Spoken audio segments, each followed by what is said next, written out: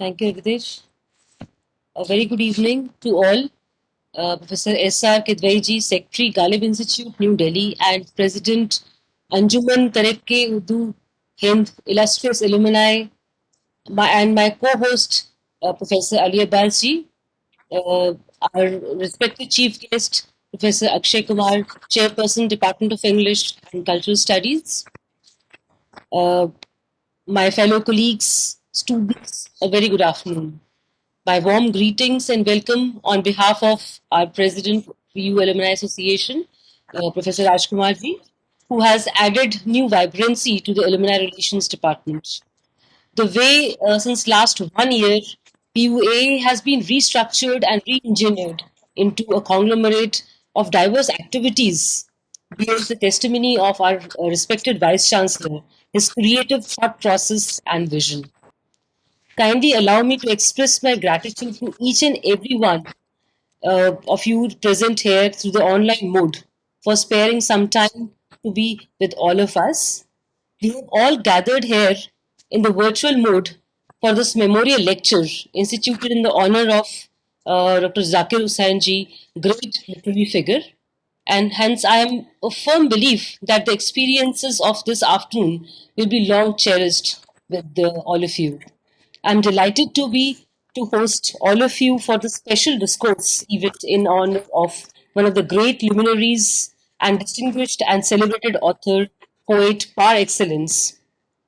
My deep gratitude to Dr. Akshay Kumar, Chairperson, Department of English and Cultural Studies, on whom we are all have highest respect for his intellectual prowess as well as a well-wisher of the teaching community. He has been a very, very active I must say, a very he is supporting all of us through PUTA and all his activities, and we are, as faculty members, we are really beholden to you, sir, for help, like for working for teachers as teaching community. Thank you, sir, for joining us. And I'm also thankful to Professor Deepthi Gupta, former Dean Alumni Relations. She's here with us and former chairperson of English. We welcome you, ma'am. We welcome Professor S.R. Kidwai, a towering personality, a towering literary figure in his own right, and has very kindly consented to deliver this Dr. K.L. Zakir Memorial Oration. And this is indeed a fitting tribute to the legendary Dr. Zakir. I would also like to welcome our distinguished speaker, Professor Kidwai, the acclaimed poet and scholar on behalf of Punjab University Alumni Association. We welcome you, sir. I'd like to especially welcome the daughter of Dr. Zakir, Professor Kamlesh Mohan. She is here with us, and other family members, friends, and admirers of the great poet for joining us to this virtual mode today. Dr. Zakir, I think Dr. Ravi Tej has quite elaborately told about Dr. Zakir, but still I want to say a few lines about this renowned poet. He was one of the most important and influential Urdu poets of 20th century. Dr. K. Zakir's legacy has a profound impact in our religion, or in this region, and upon a generation of poets and scholars as a towering figure. He was a part of great generation of writers and scholars, elevated this region into a national hub of creative and critical writing. As a poet scholar, he was renowned for his broad-ranging collaborations with artists outside of his own world, and was on the vanguard of long tradition of interdisciplinary scholarship. With this, I thank you all of you for joining us for this oration lecture, and I hand over the mic to Ravi Tej.